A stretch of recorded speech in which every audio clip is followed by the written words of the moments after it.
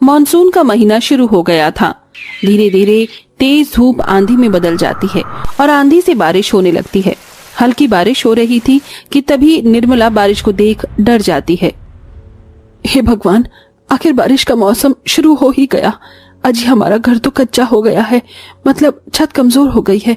कब से महेंद्र बेटा तुझे बोल रही थी कि बारिश का मौसम आ जाएगा, उससे पहले छत पर काम करवा ले, छत को मजबूत कर दे।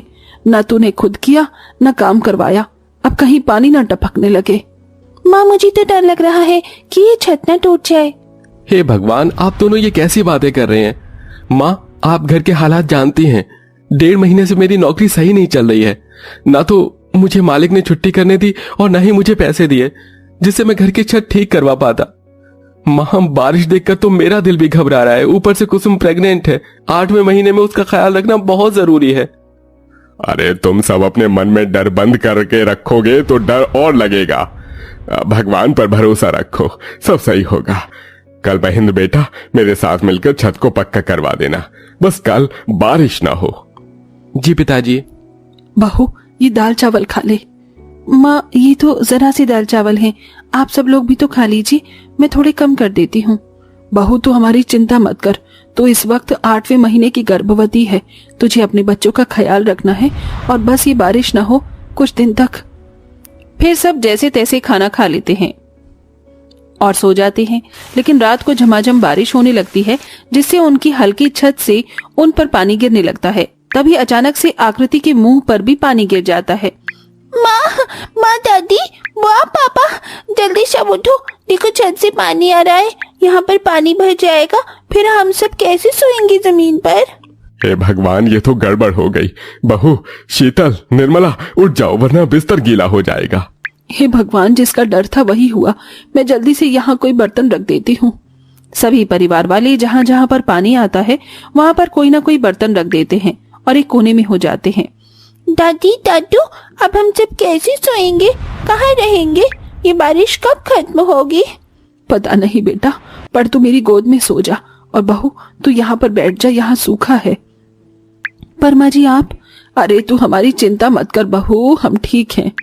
फिर निर्मला अपनी पोती को गोद में सुला लेती है और बहू को कोने में बिठा देती है। पूरा परिवार बारिश थमने का इंतजार कर रहा था, लेकिन 3 घंटे तक लगातार बारिश होती रहती है जिससे घर के बाहर पानी जमा हो जाता है और फिर बैठे बैठे कब परिवार की आंख लग जाती है पता ही नहीं चलता। सुबह हो जाती है, बारिश अभी भी हल्की हल्की हो रही थी। पिताजी, हमें तो आज अपनी छत ठीक करनी थी, लेकिन इस बारिश में हम छत को ठीक नहीं कर सकते। अब क्या होगा? अरे जो मंजूर खुदा होगा, अब तो मुझे भी समझ में नहीं आ रहा। पिताजी, घर में खाने के लिए कुछ भी नहीं है।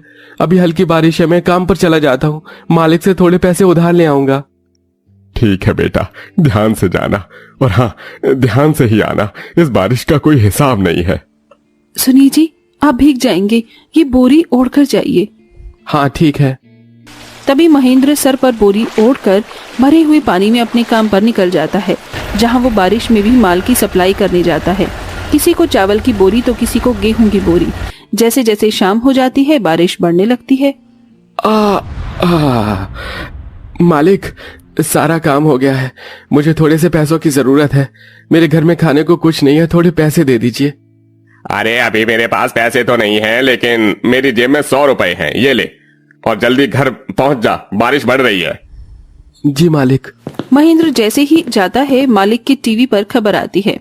आज की ताजा खबर। सूत्रों से पता चलता है कि दरियागंज के गांव और उसके आसपास के गांव में बारिश के कहर से बाढ़ के आने का खतरा है, इसलिए आपको पहले ही सूचित कर रहे हैं कि उस जगह को पहले ही खाली कर लें। कुछ बस्तियां खाली करने में जुट गई हैं। अपनी जान को जोखिम में न डालें, बारिश के कहर से बचिए, सुरक्षित रहिए, सतर्क रहिए। धन्यवाद।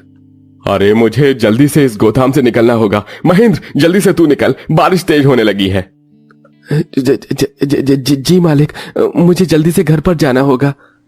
महेंद्र बारिश में भीगते हुए घर पहुंचता है कि रास्ते में बने बनाए दाल चावल मिल जाते हैं। घर में बनाने का समय नहीं है, मैं यही ले चलता हूँ। अरे भाई, तुम इतनी शांति से कैसे खड़े हो? समाचार में बताया है बाढ़ आने वाली है। मेरे को एक प्लेट पैक कर दो और तुम भी अपने घर जाओ। बेचारा ठेले वाला भी महेंद्र की बात से डर जाता है और वो उसको दाल चावल देकर अपना ठेला लेकर निकल जाता है। जैसे ही वो घर पहुंचता है बारिश और तेज होने लगती है। शुक्र है आ गया, जल्दी से आप ये सब खा लीजिए। बेटा तू बहुत भीग गया है, अपने कपड़े बदल ले, इस बारिश ने तो जीना हराम कर दिया। देख पानी कितना टपक रहा है। माँ अब तो बारिश का कहर बहुत जोर का आने वाला है, समाचार में बताया बाढ़ आने वाली है। जल्दी से आप सब खाना खा लीजिए और सामान भी पैक कर लीजिए, हो सकता है हमें जगह खाली करनी पड़े। क्या? ठीक है, हम जल्दी जल्दी पहले सामान बांध लेते हैं, मुश्किल हो उससे पहले हमें यहाँ से निकल लेना चाहिए। सारे लोग सामान बांधने में व्यस्त हो जाते हैं और थोड़ी देर बाद में बाढ़ का पानी घर के बाहर भरने लगता है और वो लोग जैसे ही दाल चावल निकालते हैं घर में पानी घुस जाता है और उन सब की दाल खराब हो जाती है, लेकिन चावल बच जाते हैं। अरे अरे सत्यानाश हो गया, वैसे ही खाने को कुछ नहीं था और दाल बर्बाद हो गई। वो तो शुक्र है मैंने चावल का पतीला उठा लिया, घर में पानी घुस गया है। तू चारपाई पर बैठकर खाना खा बहू। आकृति बेटा तू भी बैठ जा, हम खड़े होकर खा लेते हैं, वरना ये भी हमारे मुंह से निकल जाएगा। अब तो ये सूखे चावल ही खाने पड़ेंगे, वरना ये भी नसीब नहीं होगा। पर मुझे ऐसे खाली खाली चावल खाना अच्छा नहीं लगता माँ। मेरी रानी बिटिया है ना तू आकृति, मैं तेरे लिए कल अच्छा अच्छा खाना बना दूंगी, लेकिन अभी तो इसे खा ले बेटा। ठीक है माँ। वो लोग जैसे तैसे चावल भी खा लेते हैं। घर में अब ऊपर तक पानी भर गया था। तभी महेंद्र घबराकर कहता है, माँ पानी का कहर बहुत ज्यादा हो गया है घर में, हमारा घर कभी भी टूट सकता है, किसी को नुकसान हो हम सब घर से पहले ही निकल लेते हैं। चलिए चलिए बाहर चलिए, बाहर आइए। और कुसुम, आकृति, शीतल तुम तीनों हाथ पकड़ लो, कुछ भी हो जाए हाथ मत छोड़ना, बाहर बहुत भयंकर तूफान आ रहा है। ठीक है पापा। ठीक है भैया। माँ बाबा आप भी हाथ पकड़ के रखिए। हाँ बेटा। गरीब परिवार जैसे तैसे हाथ पकड़कर पेट से ऊपर पानी में बाहर आते हैं। आकृति अपने पिता के कंधों पर थी, वो बाहर जाते भी तो कहाँ जाते, कोई पेड़ भी नहीं था। आधे से ज्यादा लोग अपना घर खाली करके जा रहे थे, तो कोई नाव या ठेले के सहारे जा रहा था। तभी महेंद्र का पाँव किसी चीज से फिसल जाता है, जिससे उसकी बेटी कंधे से उतरकर पानी में आगे की तरफ बहने लगती है और सब चिल्लाने लगते हैं, पापा पापा मुझे बचाओ, पापा बचाओ, भगवान कोई मेरी बच्ची को बचाओ। आकृति बेटी, महेंद्र जी जल्दी से मेरी बेटी को लाइए, वो कहाँ जा रही है बहते हुए, कहीं उसे कुछ हो गया तो। भैया मैं जाती हूँ। अरे आई पाँव में कुछ लग गया है। तू अपनी भाभी का और माँ पिताजी का हाथ पकड़, मैं अपनी बेटी को लेकर आता हूँ। बारिश के कहर ने गरीब परिवार के ऊपर बुरा सितम कर दिया था। महेंद्र अपनी बेटी को बचाने के लिए आगे तक तैर जाता है और भगवान की दया से अपनी बेटी का हाथ पकड़कर उसे वापस लेकर आता है। फिर उसे पानी में बहता हुआ एक लकड़ी का ठेला दिखाई देता है जो कि तैर रहा था। वो उसे किसी तरह ले आता है और अपने माता पिता को उसके ऊपर बिठा देता है। बेटा पानी का बहाव तो बहुत तेज हो रहा है, बारिश भी रुक नहीं रही है, पता नहीं बारिश क्या करके मानेगी। जल्दी से बहू को इस पर बिठा दे, हम सब सुरक्षित हो जाएंगे। नहीं माँ, ये इतना वजन नहीं कर पाएगी सहन, आप किसी तरह इस लकड़ी के सहारे धीरे धीरे आगे आ जाइएगा और एक किनारे पर उतर जाना, हम आते हैं पीछे पीछे। आकृति बेटा तू इस पर बैठ जा। ठीक है पापा। महेंद्र जैसे ही अपनी बेटी को उस पर बिठाने वाला होता है, इतने में फिर पानी का तेज बहाव आता है और वो अपनी बेटी को बिठा ही नहीं पाता और बूढ़े माता पिता अकेले आगे बह जाते हैं।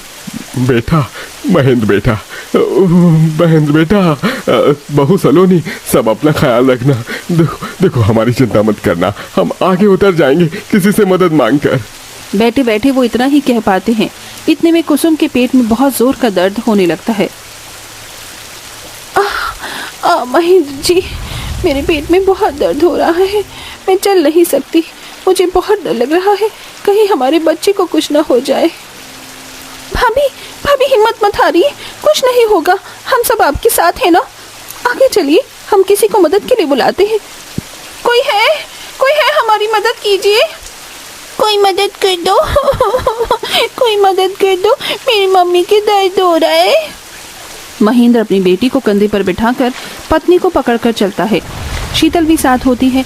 अब उनके गले तक पानी आ गया था, महेंद्र डूबने ही वाला था। इतने में सुरक्षा कर्मी हेलीकॉप्टर वाले आ जाते हैं। आप सब लोग चिंता मत कीजिए, हम आपकी मदद के लिए आ गए हैं। ये हुक लगा कर दे रहे हैं, जल्दी से इसे पकड़ लीजिए, हम आपको ऊपर खींच लेंगे। जल्दी करिए, किसी भी वक्त आप डूब सकते हैं, जल्दी करिए जल्दी करिए। हाँ, शीतल मुझे कुछ दिखाई नहीं दे रहा है, अपनी भाभी की मदद करो और उसके बाद तुम जाना, फिर आकृति जाना। नहीं जी, मैं आपको छोड़कर नहीं जाऊंगी। कुसुम जिद मत करो, हमारे बच्चे का सवाल है, मैं सांस नहीं ले पा रहा, जल्दी जाओ।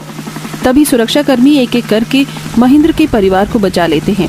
4 घंटे बाद बारिश का कहर थम जाता है और महेंद्र को अपने माता पिता भी मिल जाते हैं।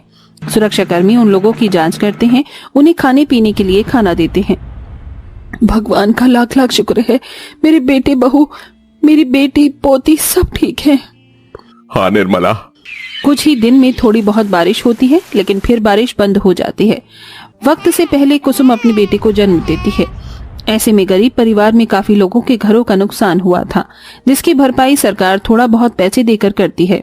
मौसम का रुख बदलता है और सबकी जिंदगी की पटरी धीरे धीरे लाइन पर आ जाती है और सब खुशी खुशी रहने लगते हैं।